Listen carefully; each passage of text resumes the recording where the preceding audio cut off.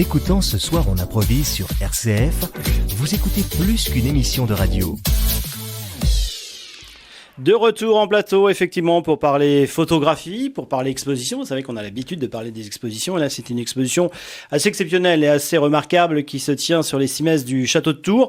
Une exposition qui existe déjà depuis le mois de juillet. On arrive tout doucement vers la fin. C'est pour ça que maintenant, il faut mettre un coup de projecteur parce que c'est les dernières semaines pour voir cette exposition. Et c'est Sandra Davo qui est avec nous. Alors, une exposition Noces de pigments. C'est déjà assez exceptionnel comme titre, Noces de pigments. On va peut-être revenir un petit peu sur l'origine de ce projet parce que c'est un projet qui a pris des années, Sandra. Bonsoir Xavier, bonsoir à tous les auditeurs. Oui, c'est un projet qui date et il vit à l'heure actuelle son avènement. L'apothéose, là, maintenant, quand on accroche. C'est l'apothéose. On a de la chance au Château de Tours d'avoir ce lieu qui, la première fois dans son histoire d'ailleurs, est dédié entièrement à la photographie du sol au plafond. Et donc, ce travail, je l'ai commencé en 2016. 2016-2018, 2 ans de création, 2 mois de préparation pour chaque session de 2 heures. Donc, je me suis fait un beau cadeau à chaque fois. Oui. C'est-à-dire 2 mois de prépa pour pouvoir, pendant 2 heures, vraiment créer comme je l'entendais. Et j'étais pas seule, puisque j'ai embarqué avec moi 65 participants et 45 donateurs et mécènes. Et le dernier. Alors, les participants, ce sont les modèles ? Oui, ce sont pas du tout des professionnels. Nous sommes restés dans le cocon tout le long, dans la création même. Il fallait que ce soit intime. Nous tentions quelque chose de nouveau. Il fallait. Alors comment on embarque les gens dans cette histoire ? Parce qu'on dit c'est complètement fou. Qu'est-ce qu'elle me propose là en fait ? Non, moi je photographie depuis très longtemps. Donc ce sont des amis d'amis, mes voisines. Tout le monde a amené aussi ses amis en fait. Et donc c'est comme ça qu'on a formé une chaîne humaine de 100 personnes. À la fin, Tourangeau. Et ils savaient au départ qu'ils allaient se prendre de la farine, des cendres, des tas de choses comme ça, jetées de très haut parce que... Les premiers tableaux ont été les plus corrosifs. On va expliquer après ce que c'est que ce sont des tableaux vivants dont la seule trace est la photographie. Et donc les tableaux à la cendre, par exemple, une de mes participantes qui a fait les 4 noces de pigments, donc il y a eu quand même un noyau dur, en fait, que ça n'a pas du tout effrayé. Elle a dit, quand je vois le résultat, je regrette pas du tout d'avoir mangé de la cendre. On recommence quand ? Et donc, oui, exactement. J'avais cet enthousiasme. On a fait ça au mois de janvier. Il faisait froid. Au mois de janvier, qu'est-ce que vous faites? Sinon, vous restez chez vous en mitouflé. Et moi, je leur proposais d'être dans une halle, vivre un projet exceptionnel au Point Haut, à Saint-Pierre-des-Corps, 22 mètres de haut, la tour. Avec la complicité de Philippe Frélon et la compagnie Off, qui, quand j'ai présenté le projet, a dit oui tout de suite et m'ont soutenu pendant 2 ans. Et avec une logistique aussi technique. Si je voulais quelqu'un qui s'envole dans les airs, c'était possible. Tout est possible avec la compagnie Off. C'est ça qui est extraordinaire. Ça, c'est important de le souligner. Alors, tu l'as dit, effectivement, on a parlé de tableaux vivants. Alors, comment ça se prépare, un tableau vivant ? Parce que toi, tu es là, photographe, tu chopes l'instant. Mais il y a toute une préparation, toute une mise en scène. Il y a des gens qui sont là pour jeter les poudres. J'aime beaucoup que tu parles de cet instantané parce que c'est vraiment l'essence même de la photographie. Et là, c'est mon 2e travail de mise en scène en 30 ans de photographie. Et justement, j'ai voulu garder cette spontanéité de la photographie, de l'instantané. Alors, le dispositif, si je peux vous le dire, j'étais perchée à 15 mètres de haut avec une quinzaine de saupoudreurs et saupoudreuses sur des passerelles qui, à mon signal... C'est du luxe.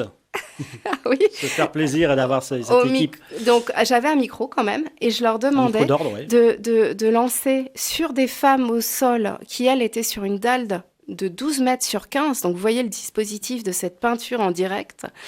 De lâcher farine, cendre, pigments, argile, charbon. Sur des scènes que j'avais plus ou moins croquées à l'avance. Je m'étais inspirée de tableaux de maître, de travaux que j'avais déjà fait dans le passé. Donc, je les mettais dans le bain le matin quand même pour l'expliquer à peu près vers où j'allais. Mais mon mode de direction, il est plutôt un petit coup de pagaie à droite, à gauche de temps en temps. Nous sommes tous restés dans une sorte de fluidité, même dans la création. Il y avait une formidable liberté. Et beaucoup d'improvisation aussi. C'est comme un morceau de jazz. Vous savez quand il commence parfois, mais on ne sait pas quand il se termine. Et c'est à peu près ce que nous vivions. Alors. Ouais. Il y a une ligne de base.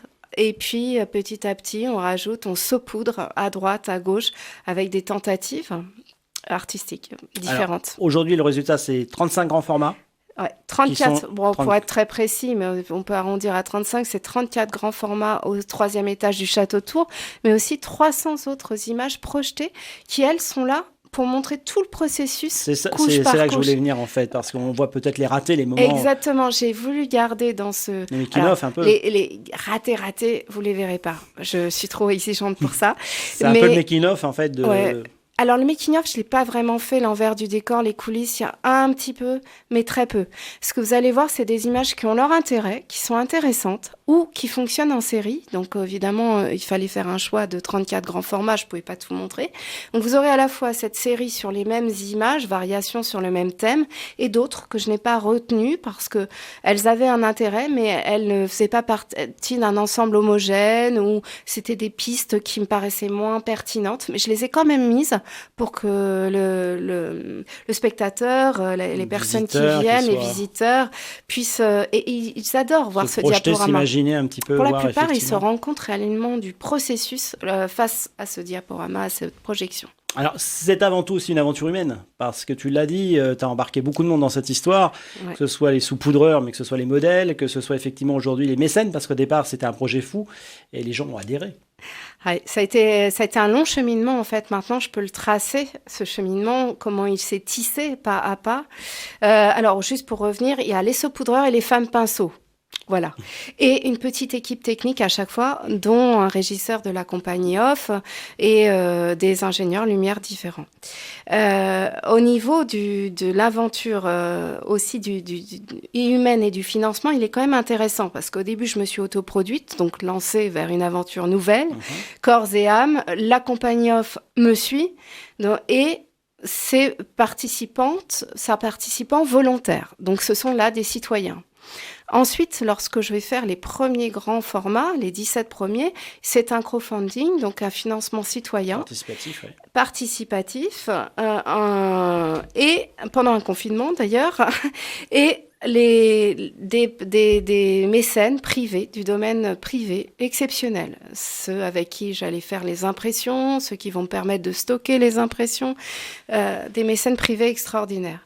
Et puis, 2019, c'est le temps un petit peu de repos, où je démarche des concours, des festivals. 2020, pour vous montrer à quel point nous sommes fous, on travaille 10 jours avec la compagnie off, 10 jours, 10 personnes pour 2 heures d'expo. Au point haut, dans son lieu de création. Et là, il y a un premier avènement. On fait un mapping vivant où les images sont projetées de 15 mètres de haut et les femmes reprennent leur position. Donc quelque chose, un peu une exposition rêvée. Et puis après, je présente un dossier et c'est là l'institution qui arrive en dernier dans ce financement tripartite avec la mairie de Tours, la ville de Tours, qui rentre dans la danse et qui finance 20 autres formats, qui offrent ce carcan extraordinaire du château de Tours, des très très beaux visuels que vous devez voir dans Tours à l'heure actuelle. Alors effectivement, on peut voir cette exposition donc accrochée au 6 mètres du château de Tours jusqu'au 16 octobre prochain, donc on a encore quelques semaines pour la voir ou la revoir pour ceux qui peuvent encore se projeter et y retourner. Est-ce qu'il va y avoir une aventure avec cette exposition? On imagine aujourd'hui que l'intérêt, ce serait qu'elle soit visible et montrée ailleurs. C'est pour peut-être le moment de déclencher les demandes, parce qu'on a parlé du mécénat. Écoutez, on est à 1 mois et demi de la fin. Je suis à mi-chemin, en fait. Elle a commencé le 21 juillet, c'est jusqu'au 16 octobre. C'est ouvert du mardi au dimanche. Donc, effectivement, il y a des rencontres qui se font au fur et à mesure. Je n'ai pas de visibilité pour l'instant. Bon, c'est ça la création, c'est ça être artiste. C'est rare d'avoir une visibilité. Et cet inattendu, justement, on imagine quoi à la fin? Ces grands formats, on les décroche et puis on... Je peux pas l'imaginer, ça. Vous me faites mal. J'ai pas envie d'en parler. Ça me fait déjà mal à l'avance. On peut pas imaginer de les ranger, de les remiser. J'éprouve énormément de gratitude. J'ai énormément de satisfaction. Si ça devait s'arrêter là, pour moi, c'est déjà beau. Je suis née à Tours, j'ai 48 ans, exposée au château de Tours alors que j'y ai toujours été publique. C'est encore complètement surréaliste de voir mon nom, le nom des noces sur le château et des dans amis. Dans la ville, sur les totems informatifs. Partout. Et 300 affiches, je vous en ai encore donné une tout à l'heure. Les commerçants aussi, tout le monde joue le jeu. C'est une formidable aventure humaine qui continue en fait. À chaque exposition, il y a encore de nouvelles personnes et tout le monde me dit si tu refais quelque chose un jour, je veux participer. Je veux faire partie du voyage. Et c'est un petit peu peut-être une exposition un petit peu qui résume un petit peu tous ces voyages aussi, parce que quand on parle des poudres, on pense à l'Inde que tu as parcouru aussi. Oui. Il y a peut-être un petit peu de tout ça dans cette exposition. C'est peut-être une apothéose. C'est pour ça que je parlais d'apothéose tout à l'heure, parce qu'on est un petit peu dans cet esprit-là. Alors oui, il y a beaucoup de... Si on revient sur la plastique, c'est ce qui m'intéresse le plus. Fragments personnels, en fait. J'ai utilisé effectivement les pigments indiens comme en Inde, lors de la Holi au mois de mars. Ça, ce sont les tableaux. En fait, il y a 4 noces de pigments, donc 4 salles au château de Tours. Et la 5e, bon, vous verrez, il y a une surprise dans la 5e, et aussi la projection. Et ces images, elles sont prises donc en plongée à 15 mètres de haut, si je reviens un petit peu sur l'aspect plastique, sur donc à l'exception de l'image qui sert d'affiche, qui, elle, est la seule en contre-plongée. Donc déjà, il y avait une sorte de point final. Est-ce qu'elle s'envole ? Ça, c'est à vous de raconter votre propre histoire. Ce qui est fabuleux, c'est que je vois énormément de danseurs, je vois plein de personnes. Je suis souvent au Château de Tours, j'y suis d'ailleurs à 15h30 tous les week-ends et en semaine sur demande. Donc, si vous voulez venir avec un groupe d'amis et que je vous fasse une visite guidée, c'est avec grand plaisir. Donc je rencontre plein de personnes différentes qui enrichissent de leur regard chaque fois, de leur imaginaire. Et c'est un travail qui est très symbolique, vous le verrez, qui traverse les siècles. Il y a beaucoup de références qui touchent beaucoup l'inconscient.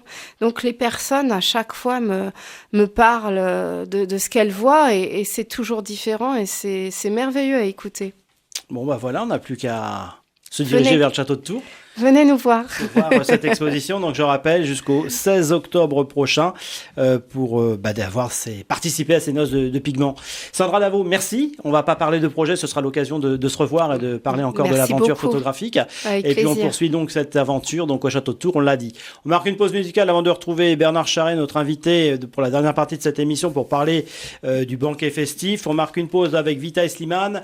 Partie remise X fois. Cette fois, ils seront bien en concert au Grand Hall à Tours. Ce sera le 15 septembre prochain. Le temps pourrait finir par